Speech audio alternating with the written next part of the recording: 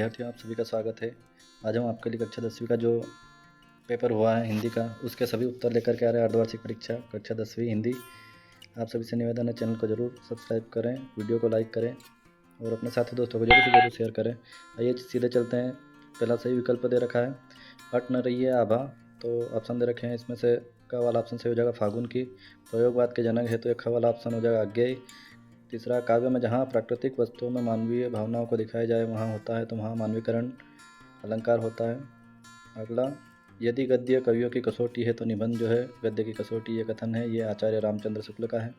त्रिभुवन में समास है तो त्रिभुवन तीन भवनों का समूह, इसमें तीन संख्यावाची, इसलिए यहाँ पर द्विगु समास ग वाला ऑप्शन हो जाएगा। साना साना हाथ जोड़ी में फेरी भेटुलो का अर्थ जो है वो फिर मिलेंगे, घ वाला ऑप्शन यहाँ पर सही हो जाएगा। इस प्रकार से आपको सही विकल्प करना था।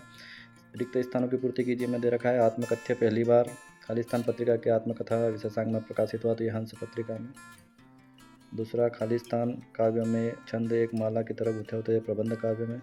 दोहा और चौपाई जो है वो मात्रिक छंद है। आज़ादी के आंधी ने मन्नू जी को अछूता नहीं छोड़ा, मैं शाम को खेलता हूँ, इस वाक्य के रेखांकित शब्द में जो है वो कालवाचक क्रिया विशेषण शाम को यहाँ रेखांकित करना था, वो भूल गए, मिस प्रिंट हुआ। तो यहाँ पर कालवाचक शाम जो है वो काल को दर्शाता है, इसलिए कालवाचक क्रिया विशेषण।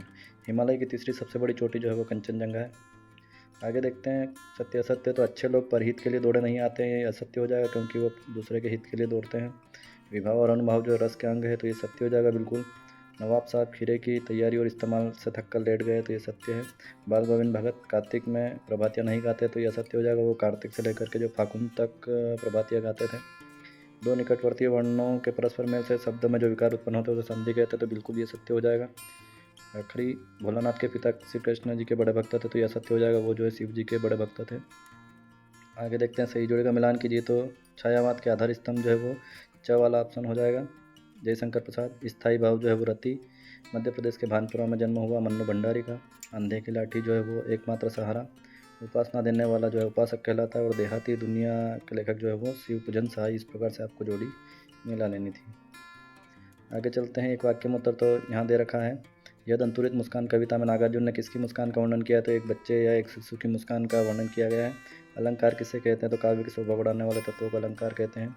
संस्मरण किसे कहते हैं, संस्मरण वह साहित्यिक विधा है जिसमें लेखक अपने जीवन की किसी घटना या व्यक्ति का स्मृति के आधार पर जो है वो वर्णन करता है। निषेध वाचक वाक्य किसे कहते हैं, निषेधवाचक वाक्य होता है जिसमें किसी कार्य के न होने या न करने का जो है बोध होता है।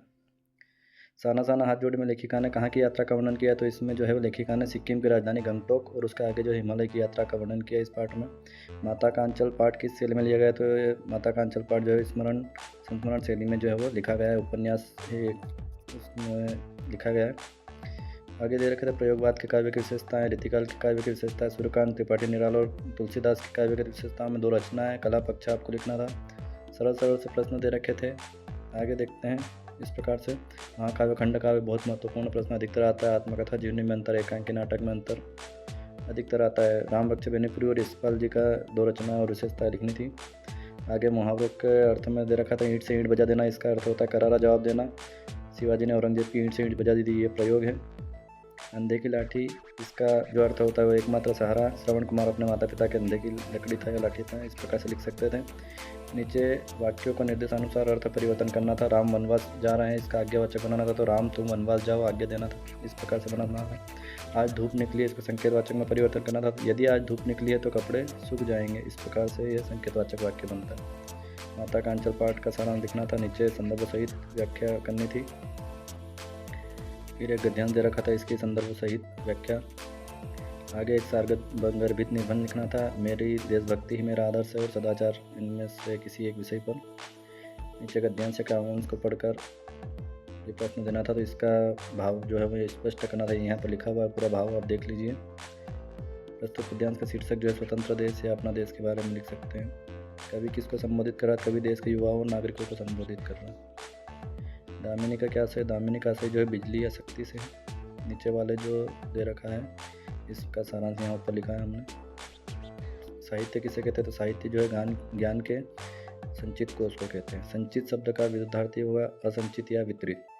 गद्यांश का उचित शीर्षक जो है वो साहित्य समाज का दर्पण या साहित्य और समाज, इस प्रकार से आप लिख सकते थे शीर्षक। और गद्यांश का सारांश हमने इसके ऊपर अभी आपको दिखाया है, वो लिखना था। फिर परीक्षा काल में ध्वनि विस्तारक यंत्रों पर रोक लगाने हेतु जिलाधीश को एक प्रार्थना पत्र लिखना था। वाद विवाद प्रतियोगिता में प्रथम आने पर अपने मित्र को बधाई पत्र।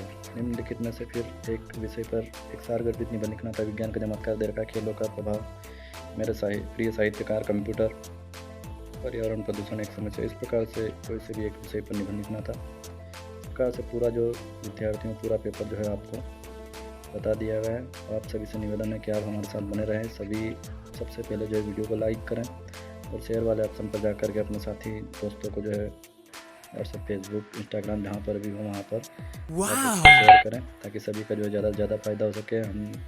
हमें भी अगले वीडियो बनाने के लिए प्रेरणा मिले। आप सभी हमारे साथ बने रहिए। धन्यवाद।